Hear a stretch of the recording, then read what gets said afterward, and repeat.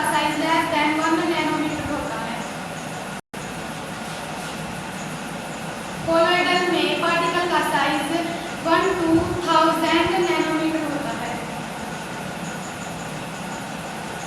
Suspension में particle का size more than 1000 nanometre होता है। अब देखते हैं टिंडल इफेक्ट किस सॉल्यूशन में होगा, किस सॉल्यूशन में है। Scattering of light is known as Tyndall effect.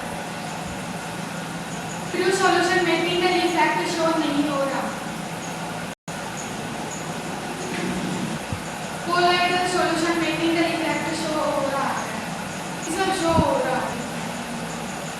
Suspense solution में टिंडल इफेक्ट शो हो रहा है। Thank you.